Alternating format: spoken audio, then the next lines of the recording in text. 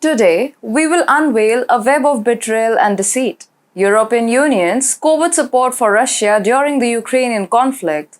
Hello and welcome to TFIGlobal, the foreign affairs and geopolitical analysis arm of the TFI Media Group.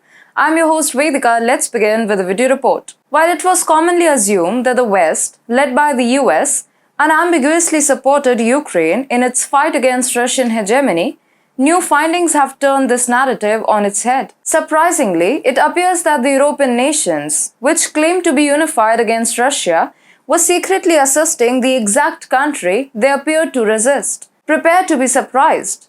Throughout history, the West has positioned itself as a staunch opponent of Russian expansionism. With the outbreak of the Ukrainian conflict, the world witnessed a surge of Western support for the suffering country.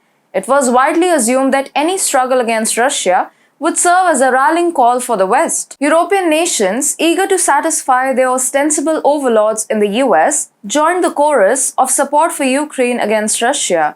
But what if this show of patriotism was only a charade? Recent disclosures reveal a hidden reality that calls our perceptions into question.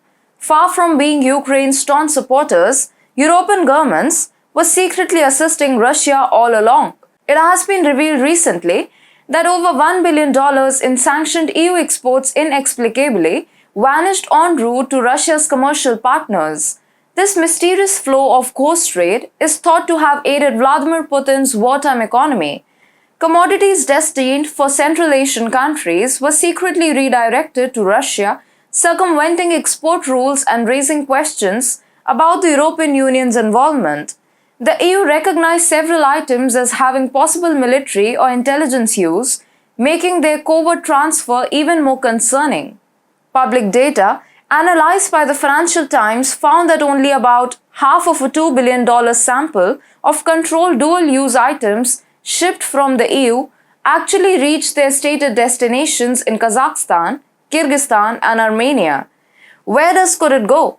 Asked Erki Kodar, Estonian Minister for Sanctions. Why would those countries suddenly need those goods at this time? Who needs those goods the most in the region? It's obviously Russia. The items were dispatched in 2022 after Russia's full-scale invasion of Ukraine, when sensitive EU trade with Kazakhstan, Kyrgyzstan and Armenia, three ex-Soviet states now in an economic union with Russia, surged to unprecedented levels.